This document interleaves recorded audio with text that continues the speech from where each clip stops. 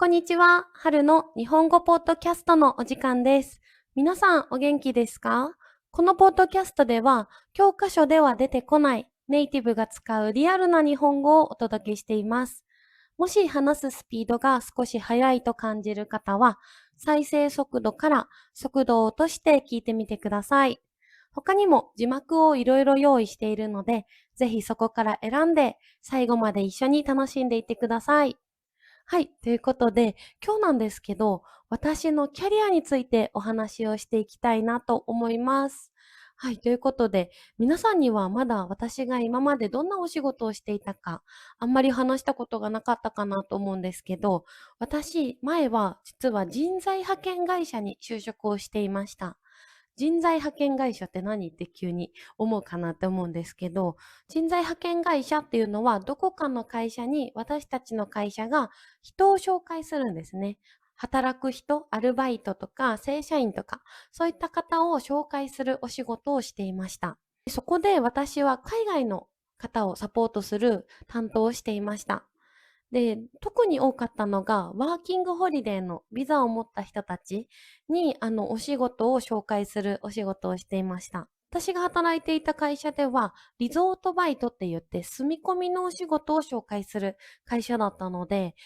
実際に観光地で、そこで寮を借りて住みながらお仕事をするっていうような求人を、実際にワーキングホリデーのビザを持つ方に紹介して、そこに行ってもらうっていうようなお仕事をしていました。で、例えばなんですけど、観光地のホテルとか旅館だったり、他にも冬はスキー場とか、あとは温泉地とか、他にも遊園地とか、そういった場所で働いてもらうようなお仕事でした。で、リゾートバイトってすごく人気なんですよ。で、理由は仕事と住む場所を一緒に同時に決めることができるからです。日本に来る前に仕事も家も決まるって、これかなり安心ですよね。なので、そういったところですごく海外の方にも人気なサービスの一つでした。で、私がなぜこの仕事を選んだのかなんですけど、実は私自身、海外に住む夢があったんです、昔から。で、大学生の時とかは留学も予定をしていたんですけど、コロナでキャンセルになってしまったんですね。留学に行けなかったんです。取り消しになってしまいました。で、もう本当にショックで、その時にやっぱり海外に住むってすごく大変なんだなっていうことも実感しました。で、だからこそ、その時、日本に住みたい海外の人をサポートできたらいいなっていうふうに思うようになりました。で、実際にそういったことができる会社を探す中で、前職、前勤めていた会社を見つけて就職しました。ですね。で、私の担当は西日本エリア。なので、九州から関西までを私担当していました。で、実はもう毎週出張に行くんですよ。出張っていうのは仕事でオフィスではなくて実際にその遠くの観光地とかに行くことなんですけど、私が紹介していたお仕事って全部観光地、リゾートバイトって観光地で働くお仕事なので、毎週のようにいろんな観光地に出張で行っていました。で、西日本の観光地なんですけど、もう本当にいろんなところ行きました。関西も中国地方も四国も九州もたくさんのところに行けてすごく楽しかったですし、私自身日本中いろんなところに旅行に行った経験がなかったので、あ、こんなに綺麗な場所がまだまだたくさんあるんだっていう、私自身もいろいろな発見ができて、すごくいい経験になりました。で、実際に働いているスタッフさんとご飯に行ったりも実はしていたんですよ。で、その時にいろいろな悩みを聞いたんですね。例えばなんですけど、日本人しかいない環境で働く大変さだったりだとか、あとは教科書じゃないリアルな日本語ってすごく難しいとか、あとは N1 を持っていても会話に全然ついていけないとか。そういったところ、あとは日本の仕事の文化、これも難しいポイントの一つでした。で、例えばなんですけど、日本って空気を読むって皆さんご存知ですか？空気を読むって、実際にその誰かがこうしてっていうふうに言ってなくても、きっとこうしてほしいんだろうな、みたいな場面の空気を読んで行動するとか、よくあるのが、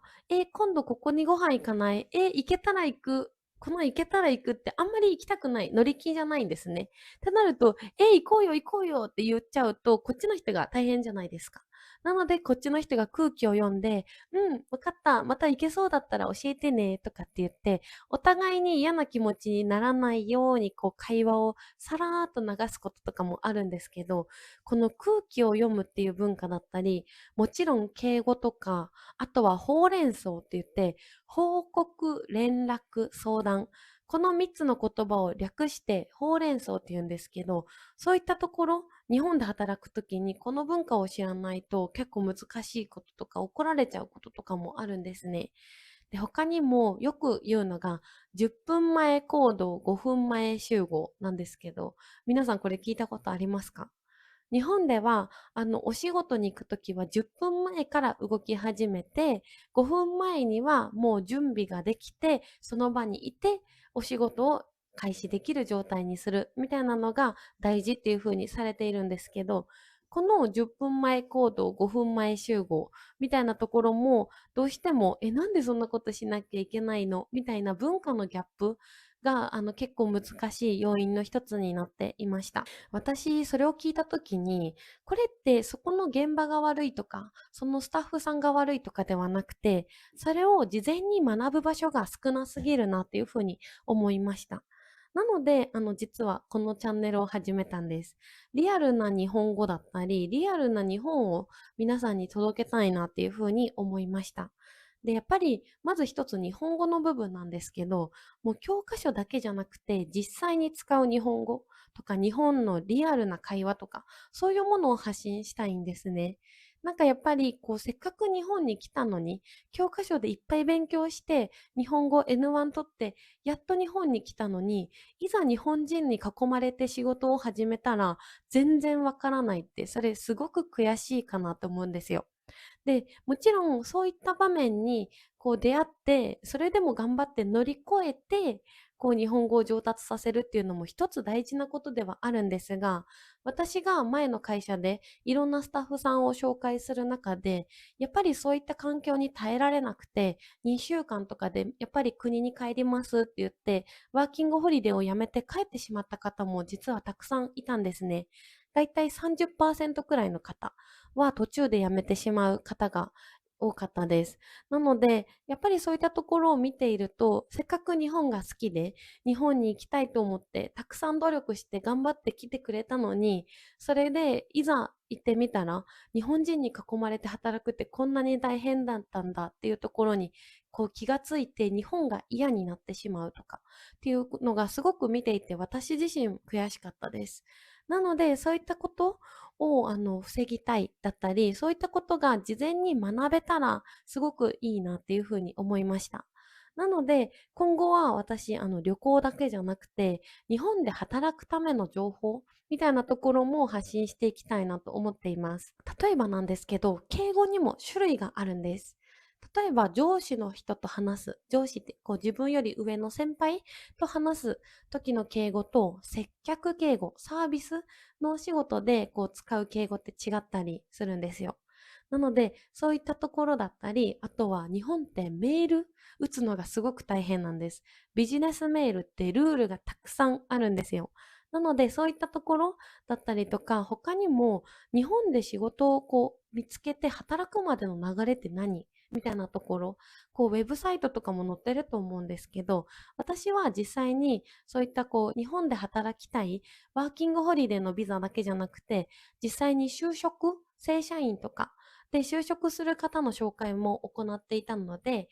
そういったところですね、日本のお仕事を見つけて働くまでの流れとかも紹介していけたらいいなと思っています。で、他にも日本で働くときに一つのハードルになるのが面接かなと思います。面接ってお仕事の前になんでここの会社で働きたいかだったり、そこに就職して私は何ができますみたいなことをアピールして、それで採用をもらえたら実際にその会社で働くことができるんですけど、その面接も実は日本人でもすごく難しいんです。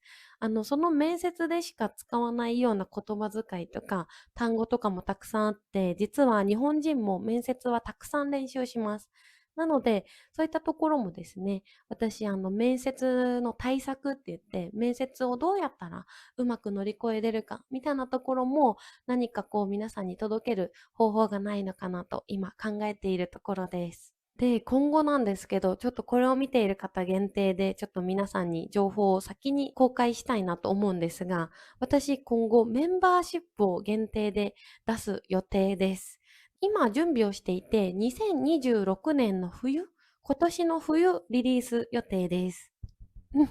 ですね。で、その、メンバーシップの中では、私のオリジナルの単語帳、毎週20単語ずつ覚えれる、ちょっとオリジナルの教材を用意しているので、そういったものだったり、他にも観光で使えるガイドブックとか、日本の観光地の紹介とか、そういったこの観光、日本でこう旅をしたい、旅行したい方向けのコンテンツだったり、他にも日本で本気で仕事をしたいとか、日本にワーキングホリデーを考えているとかっていう方に向けた、私が実際にこうワーキングホリデーだったり、日本で就職する人のサポートをしていた経験を活かしたコンテンツも考えています。他にもグループレッスンって言って、毎週1回皆さんに、私が直接グループレッスンをしていきたいなと思っていて、そういったコンテンツも考えています。2026年の冬、だいたい11月、12月くらいを予定しているので、ぜひぜひ楽しみに待っていてください。はい。ということで、今日は私の前のお仕事についてお話をしてみました。いかがでしたでしょうか？私は前職、海外の方の日本で働くっていうところのサポートをしていました。で、リゾートバイトっていう日本の観光地で住み込みでお仕事ができるものを紹介していたり、他にもこう正社員として日本に移住する方のお手伝いもしていました。で、リアルな日本語の難しさとか、実際に日本人に囲まれて働くことだったり、日本に住むこと、そういったところでたくさんの方が、難しさを感じているっていうことも知りました。で、このチャンネルを始めるきっかけになったんですね。はい。皆さん、日本で働いてみたい方とかっていますか？なんか不安なこととかありますか？